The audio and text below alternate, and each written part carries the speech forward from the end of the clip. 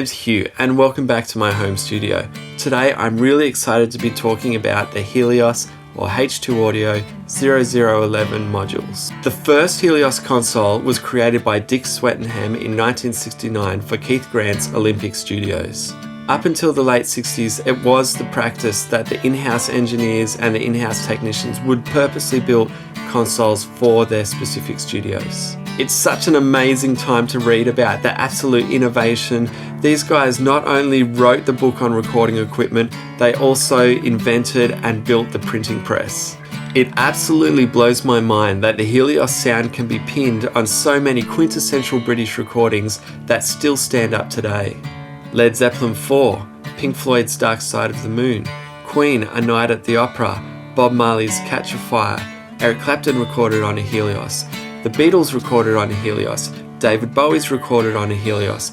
In more recent times, Sia has recorded on a Helios. It's really incredible, and these modules really do impart that colour and that tone onto a sound, whether it's the 32 volt headroom, that dynamic range, or something else. Not only is the Helios a definitive sound, I just think this bit of kit is absolutely gorgeous. It would just be the neatest setup to have a beautiful little stereo pair of Helios like this, a nice converter, and a nice microphone. Then I think you have something really quite exquisite for the modern production needs. Simple tracking or reamping or adding colour through modules like these just will really open up your sound with that 32 volt headroom. While these modules are housed in this beautiful 002 chassis, it looks like a 500 series unit, but it's actually slightly bigger. This is a 500 series module just for comparison. There are 500 series adaptations of these modules. For example, you can get the preamp section in one 500 series module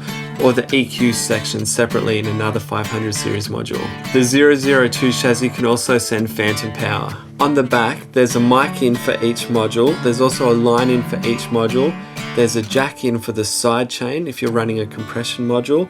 And there's also an XLR out for each individual module. A real driving creative force of Olympic Studios is Keith Grant, and really made that studio into folklore with the ordeals that happened there. One of Keith Grant's final projects was to bring back the Helios sound through the 500 series and these modules. Again, I still find it curious that all of these definitive records were made on Helios consoles. On these 0011 modules, you've got the preamp stage and an EQ section all in one. So at the top, you've got this stepped pot for your preamp gain, and then that's linked with this switch here. So you can choose either a line input, a mic input, or a padded mic input at minus 20 dB. Below that is then your EQ section. So you've got these stepped pots here for the frequency range, so it's easy to recall. Then you've got these beautiful smooth linear potentiometers to dial in the gain for each frequency band. At the bottom here, you've got a rumble or high pass filter. So 0, filters at 80 Hz, then filters at 40 Hz. Next to that, you've got a phase switch and then an EQ cut switch. In the middle here, you've got a switch to move between a frequency selectable peak or a trough EQ. So here are a couple of listening examples using the Neumann U67 through one of these Helios 0011 modules.